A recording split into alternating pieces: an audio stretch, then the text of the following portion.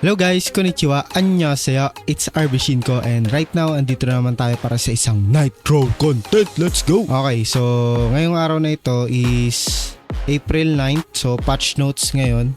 So i-explain ko lang lahat at ibibigay sa inyo lahat ng details about sa patch note natin this April 9, okay?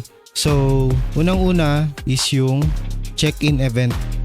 Okay. So yung Clement's gift for 7 days. So dito nyo siya mahanap. Itong parang regalo dito. Click nyo lang yan. Tapos makikita nyo yung Clement's gift for 7 days. So ito nakuha ko na yung isa pero 7 days yan. So ito lahat na makukuha ninyo. So meron pang ano dyan, weapon style summon. Ito, gusto ko to. Yung guild coin bundle kasi kailangan ko yan eh. Tapos yan, ito feather brooch. Tapos yung mount summon. Ito naman yung contribution ko. Ito mahirap kumuha na ito eh, di ba? Tapos 300k sa huling araw. So next naman is yung mission completion events. So merong mga mission completion dito. Una yung refinement, ito. So kapag nag-refine kayo, kung magre-refine kayo, ngayon na kayo mag-refine kasi makakuha kayo ng mga rewards. Okay, so ginagamit to para magkaroon ng another stats yung mga weapon and armors ninyo.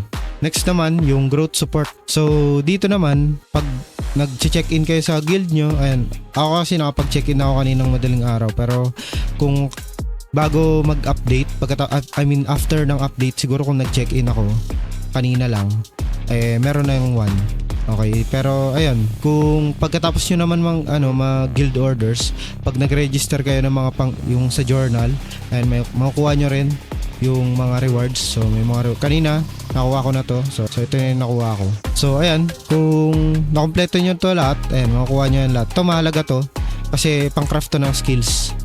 Next naman dyan is yung Lucas Discipline. So another Lucas Discipline guys. So another summon na naman to.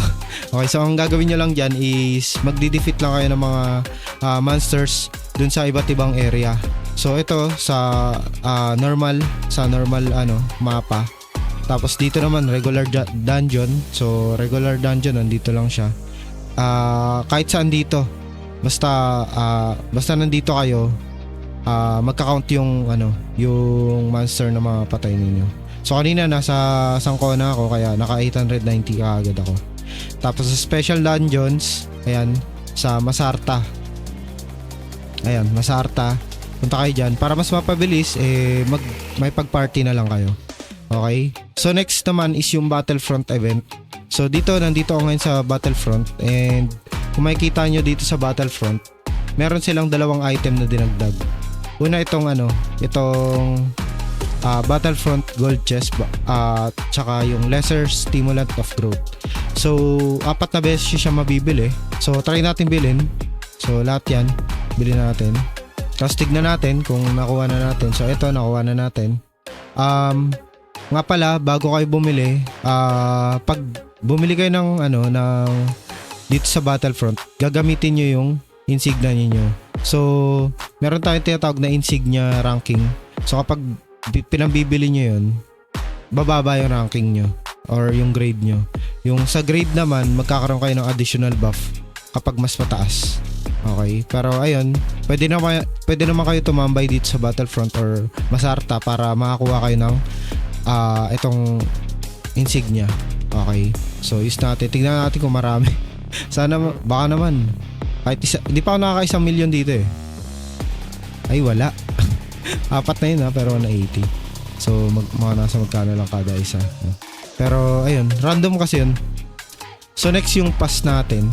Maganda yung pass natin ngayon kasi parang binalik nila yung dati, which is eto, yung Mount Summon Pass.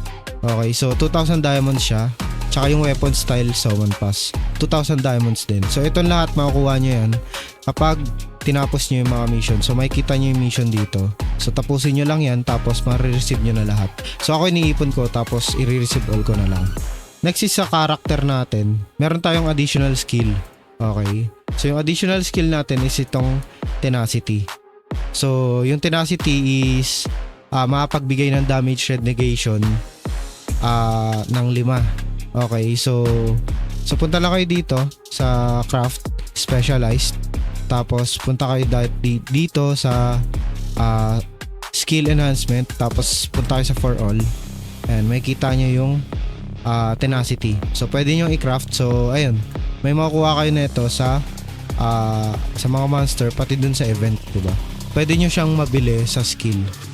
So ayan, 9 million gold na naman, diba?